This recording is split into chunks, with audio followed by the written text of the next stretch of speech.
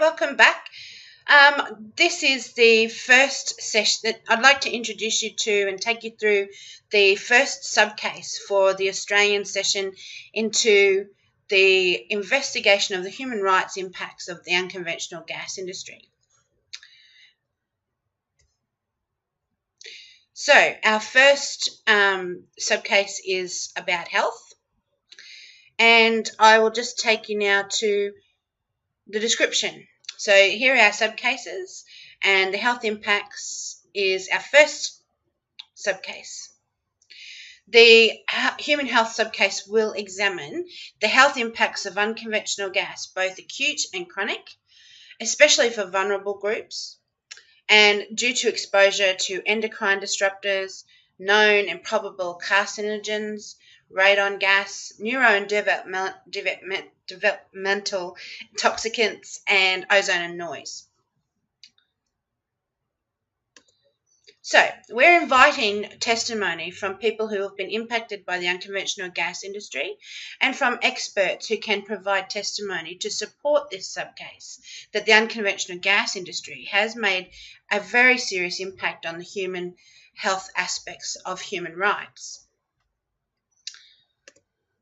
So I'd like to give you a quick summary on and put the subcase to you in terms of the types of information we're looking for and the implications of the health impacts. So basically, with health impacts from the unconventional gas industry, the byline is no data, no problem. Effectively, there's been no baseline studies, no health impacts assessments been done prior to the coal seam gas dash for gas got started. So licenses have been issued in Queensland, and in Queensland comprehensive health studies still have not been done. The real-time air quality monitoring has never been done. Science has been singularly lacking. There's been no comprehensive assessment of the level of fugitive emissions from the gas fields. And in Queensland, there are effectively no limits on emission from each well or the wider reticulation system. The gas companies can flare or vent 3 million cubic metres of gas from each well during production testing before having to even pay royalties. Emissions from the thousands of high point vents are not used in any of the calculations of emissions that the industry does. So the people who are living in the Queensland gas fields are subject to the emissions of raw gas, which includes BTEX, being vented from the thousands of gas relief valves on the water gathering lines. These emissions are not monitored by the government or the industry. There's no publicly available data on the release of from these vents. Yet some vents are within metres of family homes.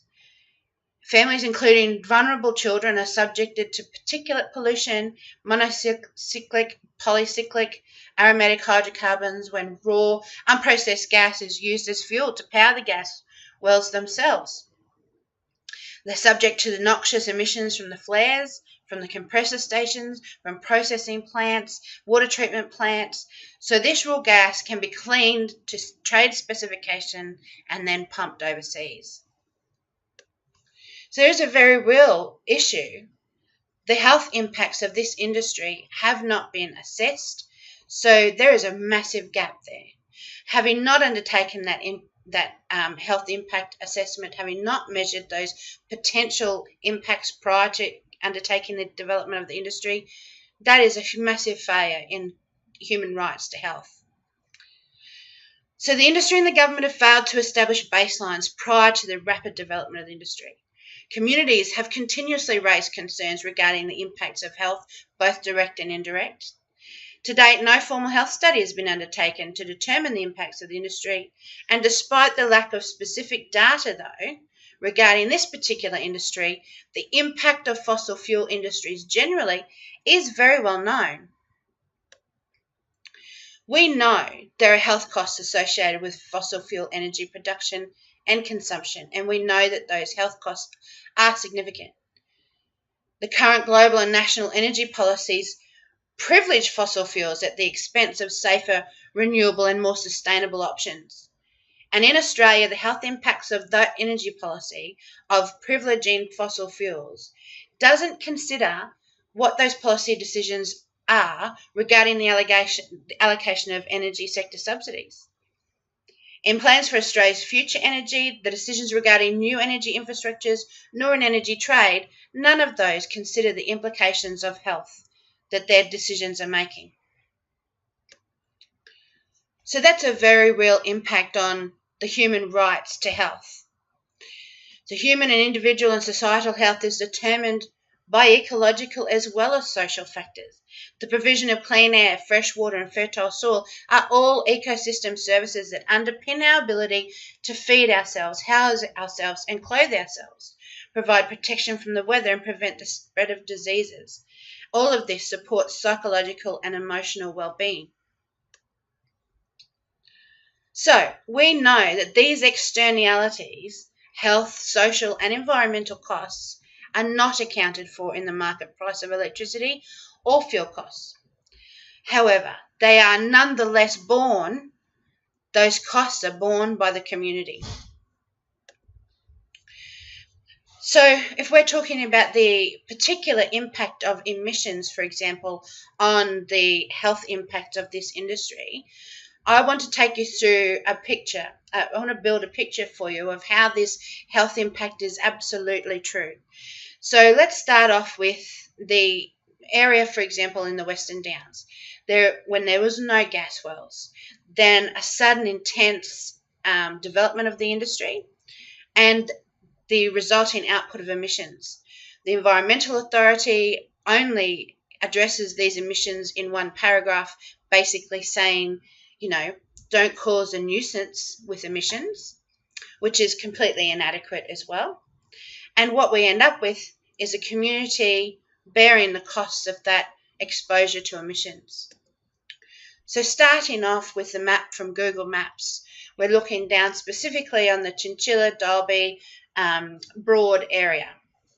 If we zoomed in a little bit more, specifically into the Chinchilla, Dalby, Tara area, we see the land before the CSG industry comes to town. Then, today, all of those yellow triangles represent a gas well, an unconventional gas well. So, there must be an impact. Then, if we were to then add to this the national pollutant inventory locations of the industry, so basically the industry must report to the government on the National Pollutants Inventory website 12 months in arrears their guesstimates at the types of emissions that they've been putting out. Each of these red dots indicates one of those locations for this industry. Look at the many points of emission that are being reported to the National Pollutants Inventory. So the community's gone from nothing to this. This is what has been reported in terms of thousands of kilograms of emissions from this specific industry reported to the National Pollutant Inventory in terms of emissions. This is the exact list from those areas that I just showed you on the map. Carbon monoxide, an extremely high number.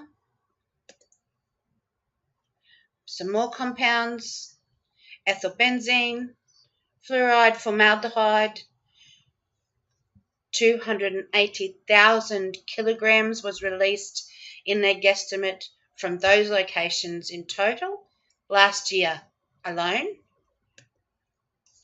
Lead, 400 kilograms of lead released in that dense area of the Western Downs. Oxides of nitrogen, particulate matter, millions of kilograms of particulate matter released by the industry just last year.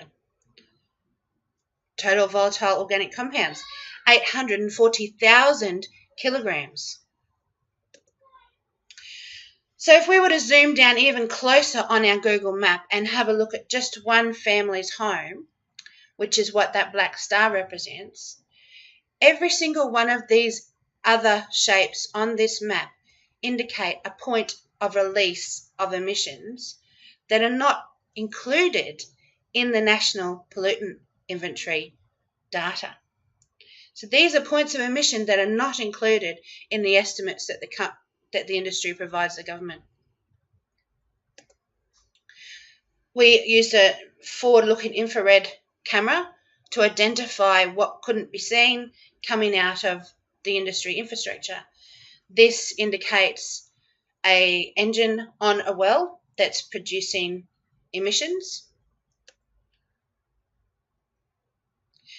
This is a film that indicates, using the forward-looking infrared camera, the types of emissions that are coming from this particular riser, which is just 100 or so metres, in terms of metres from a family's home.